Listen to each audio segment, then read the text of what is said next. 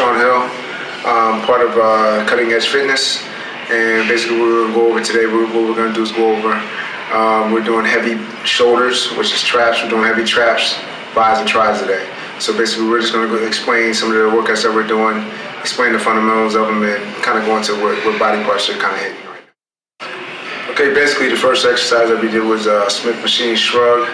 The reason why we did it on the Smith machine is because we want to be able to concentrate on the squeeze of the shrug. And I mean, not saying that you can't do it on the regular bar or on the Smith rack or anything like that, but basically we're working on the power racks. Basically we're working on the Smith machine because we're doing more than one exercise on the Smith. So we're doing the behind the back shrug and we're also doing the regular shrug. So basically what we're working is trapezius muscle, which is the top muscle of the shoulder. If you look at the squeeze, during the exercise, you can see a squeeze in that muscle. Basically, it gives you a nice line between the neck area and the shoulder area, and helps it look better as far as the proportion of the shoulder joints.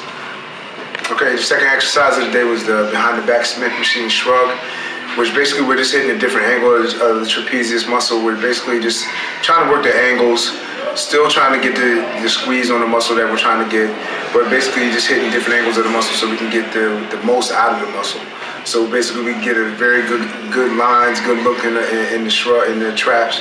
So a lot of people do miss certain areas of the trapezius. That's why we work different angles of the traps, just so we can make sure that we hit all the angles possible of the trapezius muscle. Okay, the third exercise of the day, which we're starting to get into the arms part of the heavy workout day, is the Smith machine close grip bench. Which the reason why we do it on the Smith machine is because, you know, I mean, as a way of maybe if you're not with a partner, it's a safer way of doing the close grip bench, and then you can still go up to heavier weights and do some of the things as far as heavier weights are concerned. Right now, like I said, we're going pretty heavy, so we're only going 6 reps. But we're also doing rest pauses in these sets, which is basically fatiguing the muscle a little bit more. So what a rest pause is we do a set of 6, we wait 15 seconds, we unrack the weight again, and we do another set to failure. So then basically we're doing 2 sets like that in the 3 set volume. So the first set is 6, the second set is 6 plus the rest pause, third set is 6 plus the rest pause. And obviously we're squeezing the triceps, working the long head of the tris, and this is one of the exercises, one of the staple exercises in our workouts. Okay, back onto the fourth exercise of the day, which is the lying tricep extensions. A lot of people like to call them skull crushers, basically because you're bringing the bar towards your forehead. Basically, this movement right here works the lateral head of the tricep, which is the inside head of the tricep. It's basically a good power movement. Basically it puts a lot of size on the tricep. It gives the tricep a lot of size. It kind of gives the tricep the definition that you want to have as far as when you're looking at the rear posterior look of a person. So you want to make sure you get that. You want to make sure you get a development. You want to make sure you get that thickness in the tricep. So this is one of the staple exercises of hitting the lateral head of the tricep. So basically we just did 8 reps, 3 sets of 8 reps of this. Basically squeezing that tri at the top of the motion and getting all we could out of it. Alright, so the next exercise that we did was the dumbbell overhead extension, working the long head of the triceps again. Trying to get the most that we can out of the extension on the tricep. Trying to get the most size that we can on the arms. Basically working our arms to fatigue. This is just another staple in the exercise. We're doing the drop set. Last set, we're doing 2 sets of 8. Last set is a drop set till full failure, and then we transfer over to biceps after that.